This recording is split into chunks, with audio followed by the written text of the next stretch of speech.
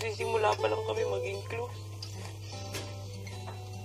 Thankful naman po ako, naniniwala po sa akin yung mga nagboto po sa akin na taong bayan po, kuya. Pero at the same time, sad po kasi deserving din naman po si Ate po. And knowing na ako po yung isa sa nag-nominate po sa kanya, kuya, mabigat po sa puso, kuya. Samantala, nilapitan naman ni Tori ang naligtas na si Joaquin. Hello. Do you want me to leave you alone? I'm good. I'm good. Thank you.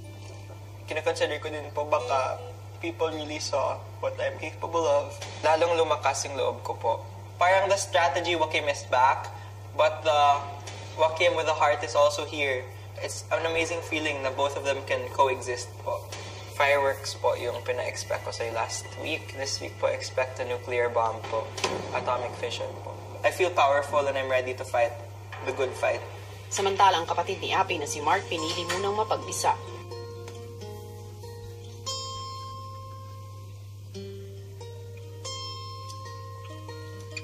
Malungkot po ako, kuya, na napalis na ng bahay po yung kapatid ko. Pili ko ako may kasalanan, kuya. Kung di ako dumating dito sa bahay, hindi nag-iba po yung attitude niya. Pili ko ako po yung dahilan na ako pa yung humahanap sa kanya. Tapos, yun ako po yung dahilan na hindi niya mabot yung pangarap niya. Are you blaming I want the best for her kasi mas may laban siya siguro kung wala ako dito. It wasn't your decision to make you one. Wala nang pumapasok sa utak ko. You just need rest. Rest. Ipagpatuloy ko po yung laban niya. Sa tingin ko, Mark, ginawa mo ang lahat para sa kanya bilang isang kapatid. At kahit nung una ay hindi niya tinatanggap ang iyong pagmamahal, hindi ka pa rin sumuko sa kanya. At sa loob ng bahay ko, kahit man kayo ay magkapatid, may kanya-kanyang paglalakbay, may kanya-kanya kayong pangarap. At ngayon, katulad ng sinabi mo, ipaglalaban mo ang pangarap na yun. Opo. Laban lang po, laban. At napuno nga ng matinding emosyon ang bahay ni Kuya sa pag-alis ni Apay kagabi. Pero paano kaya ito makakaapekto sa lalong lumalalim na samahan at pagkakaibigan ng ating mga housemates? Yan at mas marami pang mga tanong ang ating masasagot ngayong gabi dito lang sa third nomination night ng Pinoy Big Brother 8. Hello, Philippines! And hello, world! Nako, 3 araw na lang at araw na ng mga puso. Kaya naman sa loob ng bahay ni Kuya, umaapaw rin ang mga mapusong eksena gabi-gabi. Pero mamaya, kaninong puso nga kaya ang magwawagi at kanino naman ang masasawi? Sabay-sabay natin aalamin yan dahil makikilala na natin ang third set of nominees para sa ating adults batch ng edisyong ito. Pero bago yan, ano naman kaya ang mga naging nakaka-in-love na eksena sa pagpasok ng new official at bagong lipat bahay na si Mary Grace? Narito, panoorin nating lahat. Sa confession room, kinausap ni Kuya ang pinakabagong official housemate. Maligayang pagdating sa aking bahay. Salamat, Kuya. Official housemate, Mary Grace. Salamat so much, Kuya. Oh, ano hinahanap mo? Inanap kita. Andito ako sa harap mo. Diyos ko, boses na, Ginoo. Speaker. Anong pakiramdam at nandito ka na? Masaya po, naiyak po, Kuya, kasi parang di po ako makapaniwala. Dati ko pa po itong pangarap. Tapos, nandito na ako. Alam mo, Mary Grace, Kuya. kaya ikaw ang pinili ko dahil nakita ko ikaw ay masipag. Tagalinis? Hindi lang yun. Kita ko namang masipag ka. Porsigido ka. Nakita ko naging ate ka. At hindi ka natakot na sabihin kung ano man ang nararamdaman mo. Matapang, straightforward. Salamat, Kuya. At sa pagpasok mo sa aking bahay, inaasahan ko na ganun pa rin ang ipapakita mo. Opo, kuya. Sigurado. Na, humanda si Pumiya sa akin. Pumiya? Oh. Humanda. Bakit si Pumiya? Wala, cute man. Cute. Gusto kong ma-challenge sa English. In English, be careful what you wish for, Mary Grace. Na, oh my God. Ilang sandali pa. May tanong ako sa iyo, Mary Grace. Opo, kuya. Parang naging ate ka dun sa camp, di ba? Opo, kuya. Sa tingin mo, dito sa bahay ko, kaya mo rin maging ate? Kaya ko pong maging ate, kuya. Kaya mo kaya maging big sister? Na, natupad ng pangarap ko na. Muntik na kitang mapalitan. Nagawa mo pa yung pwesto ko. Hindi naman agawan ng pwesto. Ano lang, tandem. Pinoy Big Kote. Kuya and ate. O, di ba? Na, sige na, kuya. Sige, Mary Grace. Yes, kuya. Bibigyan kita ng pagkakataon para matupad ang pangarap mo. Ikaw, Mary Grace, Yes, kuya. ay magiging Pinoy Big Sister. Yes! Siya nga pala, gutom ka na ba? Medyo, kuya, naliliit na po yung mga bills ko dito sa katawan. Ano pang paborito mong pagkain? Dinuguan. Na. Para makapasok ka sa loob ng aking bahay, kailangan mo bigyan ng task ang isang housemate na iluluto ang isang paborito mong ulam. At ito ay dinuguan. Ha? Diyos ko, Lord, ang hirap. Mamamalagi si Mary Grace sa task room at makakausap lamang niya ang isang housemate na magluluto ng kanyang paboritong pagkain. Boses lang ang maririnig ng housemate at hindi nito dapat malaman kung sino nga ba si Pinoy Big Sister. Hindi rin maaaring magpatulong ang magluluto sa ibang housemate.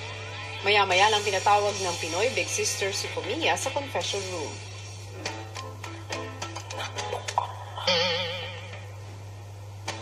Hello, Pumiya.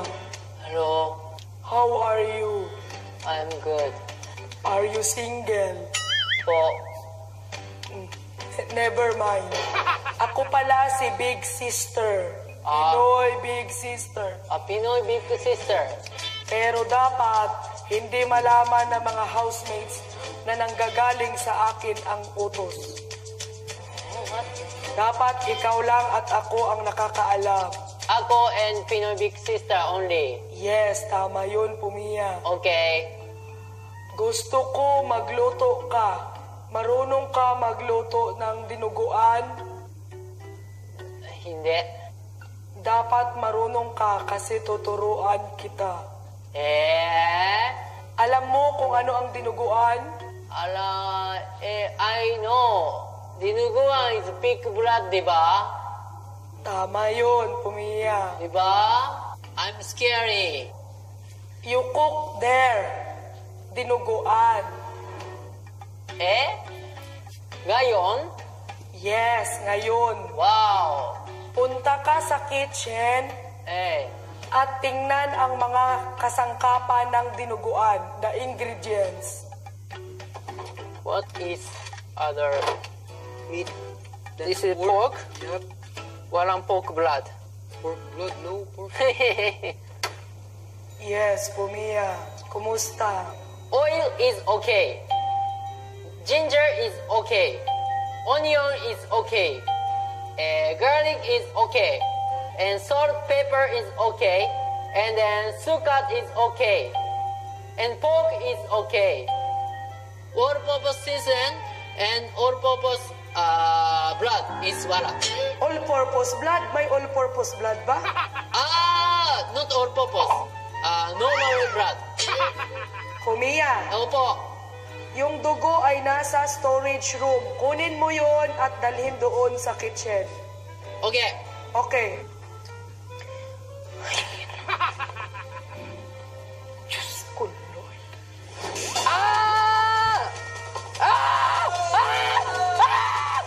Nuro ni Big Sister step by step ang cooking instructions.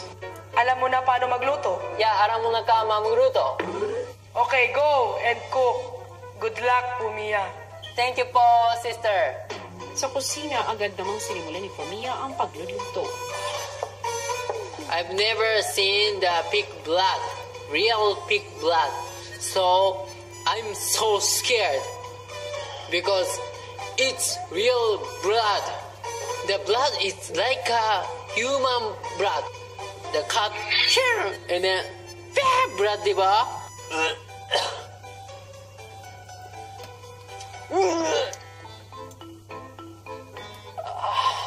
My big sister taught me the recipe of dinuguan, and then I follow the recipe and then I cooked. So si Fumia? Uy, Sumi. Ba't ang tagal? Teka mo na. What? What? Sumi? Hmm? You're so weird. Charot. Where is so many blood? You vampire? Yeah. Sumi? No, just I want to try to cook. Sumi, you're so weird, ha? Ang ibang housemates dumating na rin sa kusina at nagtaka. What are you cooking? I The want blood to. one. You know how to make tinuguan? Yeah. Ano yan, dugo? Huh? Yeah, pork blood. Yeah. Siya nga. Parang dinuguan siguro. Tinuguan yan? Yeah, just I want to try to cook. Yeah. Oh. Sige, Fumia, magpaliwanag ka. You don't even like blood. You know how to cook? Siyempre. Kasi ako ay Pinoy. Wow. Sa gitna ng pagluluto, Ah! Ah!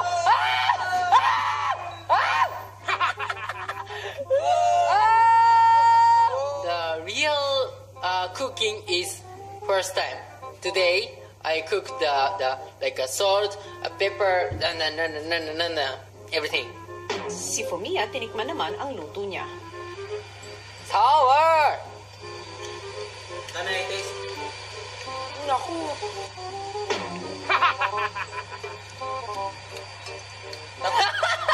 Why like that? Ba't ganun? Water. Water maybe. Naku, Fumia, paano kaya yan? Papasabayan kay Big Sister. I think you add salt, no? So difficult. It's getting there. Matapos maluto ang special dinuguan ni Fumia, pinatawag siya muli ni Big Sister sa confession room. You get the dinuguan Yeah. for you and for me and bring it to the storage room. I want to taste it. Ilang sandali pa, Fumia, Oh. we eat together. Po. In 1, 2, 3.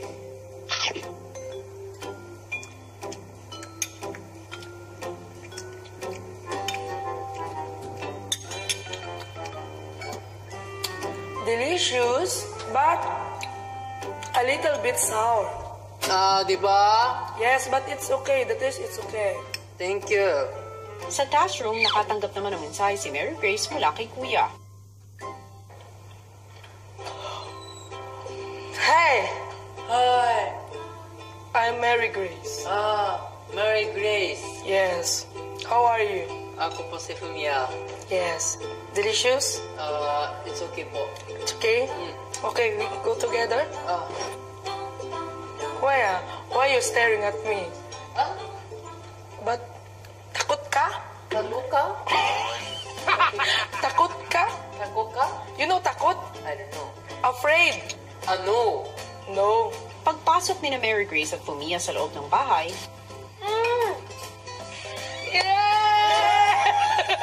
Hello, Kuya! Are you?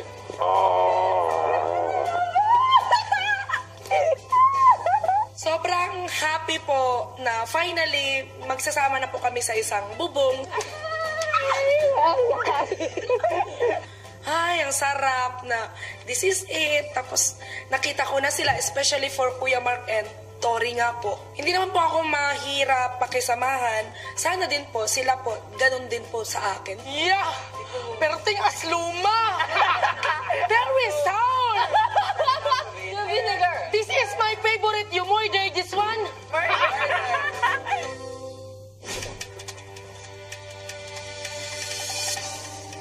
Hi, housemates! Good evening! Yes, bago ang lahat, gusto ko munang i-welcome sa bahay ni Kuya ang bagong crossover na si Mary Grace. Hello, Mary Grace! Hello po. Kamusta naman ang unang araw kasama ang mga housemates? Kamusta ang mga adjustments? Okay naman? Medyo lang po, naninibago kasi hindi ko naman talaga sila nakasama. Pero at the same time, masaya din po kasi bagong mukha, bagong mga ugali na pakikisamahan ko. So excited po ako. Ngayon, nasa inyong harapan ang mga bagay na sisimbolo sa inyong magiging kapalaran ngayong gabi. Mary Grace, maaari mo bang ipakita sa lahat kung ano ang bagay na yan? Pakitanggal mo nga ang cover, Mary Grace. Opo. Ayan, salamat. Yun, Oh my God. o diba? Magpatay na roses. Dahil papalapit na ang araw ng mga puso ngayong gabi, lahat kayo ay makakatanggap ng bulaklak. Bibigyan ni Kuya ang pulang rosas sa housemate na magiging ligtas ngayong gabi. At ang mga housemates naman na kabilang sa mga nominado ay makakakuha ng rosas na kulay itim. At ang bilang ng mga black rose ang siyang bilang rin ng mga nominado. At ang bilang na yan ay 3. Mary Grace, bilang bagong official housemate, accepted ka muna sa mangyayari ngayong gabi na nomination. Pwede mo nang kunin ang iyong red rose. Go! Thank you po. Okay. Nabawasan na ng isa ang red roses. Ang tanong, sino-sino sa inyo ang makakatanggap ng black rose? Ang unang housemate na makakakuha ng black rose. Sa aking pagbabalik. Pahingi muna kayo. Siya. No, sino nga kaya sa inyo ang mga makakatanggap ng black roses at siyang magiging nominado para sa linggong ito? Para kaya sa iyo ang black rose, Lou? Nawala nga ba ang fighting spirit mo matapos maging nominado last week? O inihanda mo lang ang sarili mo sa posibilidad na mapaalis ng bahay? Or maybe it's for you, Andre. Did you really have a hard time leading your housemates in your weekly task? Or are you just used to being chill, Hawaii style? O baka para kay Tori? Namimili ka nga lang ba ng mga gusto mong makausap sa loob ng bahay o sadyang nahihirapan ka pang mag-adjust sa mga bago mong kasama? Or maybe it's for you, Fumia. Are you still not opening up to your other housemates, or are you just better at listening than talking? Pwede din namang si Joaquim. Masyado ka nga bang nagiging pasaway sa mga rules sa loob ng bahay at insensitive sa feelings ng iyong mga kasamahan? O sadyang ganyan mo lang ipakita ang iyong pagiging komportable sa iba? Sa inyong 5, ang bilang ng mga makakatanggap ng Black Rose ay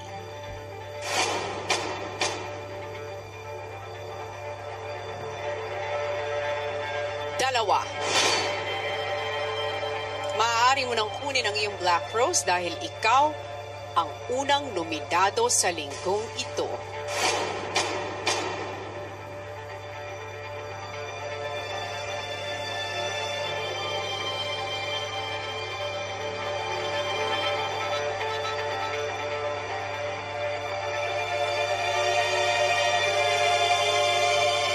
Joaquim.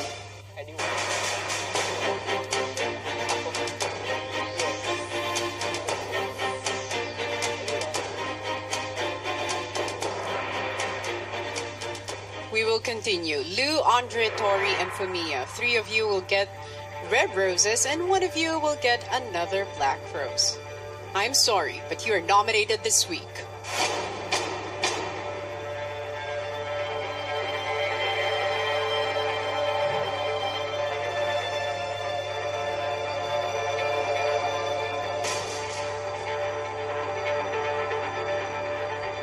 Tori, kunin mo na ang iyong black rose.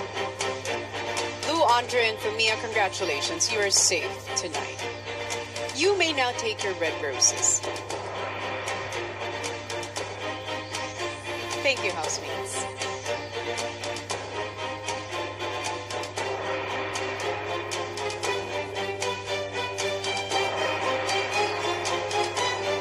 Nako, yan na nga, isang black rose pa ang natitira. Pero ang tanong, sino nga kaya kina Mitch, Yam-Yam at Mark ang maging heartbroken this Valentine's? Ang huling nominado, makikilala nating lahat sa pagbabalik ng Pinoy Big Brother.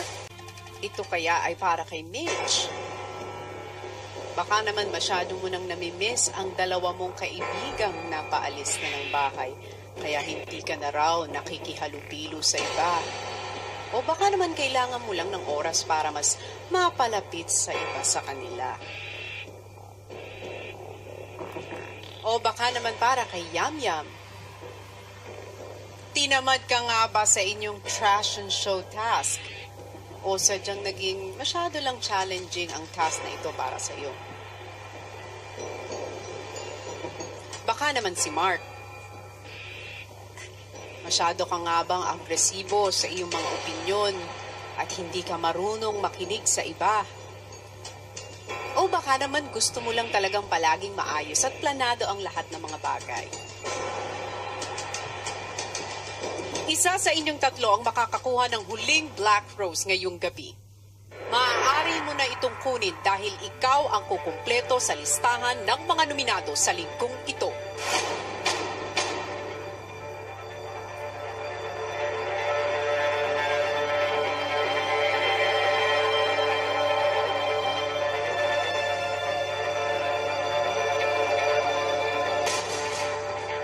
Mark, kunin mo na ang Black Rose.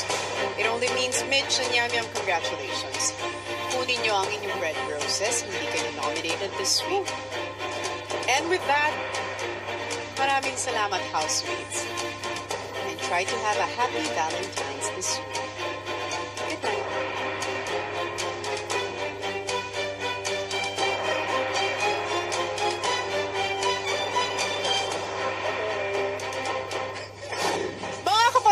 Kayo naman ang magkakaroon ng pagkakataon na magbigay ng Valentine's gift sa mga nominado sa pamamagitan ng inyong pagboto.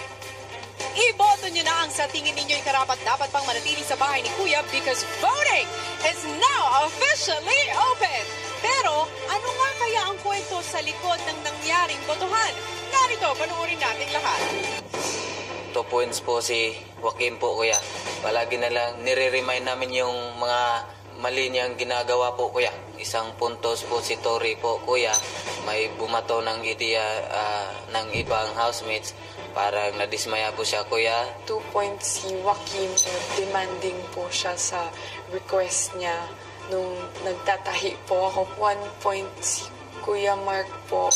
Nung ensayo po ng fashion show, hindi na po siya nakikinig. 2 points po para kay Joaquim, Kuya. Until now po, may mga ginagawa pa rin po siyang bawal. 1 point po para kay Tori po. Pinipili niya lang po yung kinakausap niya, Kuya. 2 points to C. Mark. When it comes to teamwork, sometimes he doesn't work together with the other housemates. 1 point to C. Mitch po. During tasks, it's hard sometimes for her to communicate with other housemates, me, Fumia. 2 points si Joaquim. Nakakagawa po siya ng mga bagay na hindi po agreed ng buong grupo po ng mga housemates ko. 1 point si Tori po. Minsan po may mga salita po siya na hindi ko po nagugustuhan po. 2 points si Lou. Ever since po pumasok yung pamilya niya, sinasabi niya na palagi niya, namimiss ganon. Pagka-time na po na makasama niya na yung pamilya niya. 1 point si Ate Mitch. Hindi na siya naghahalubilo sa ibang boys po. 2 points, Joaquim.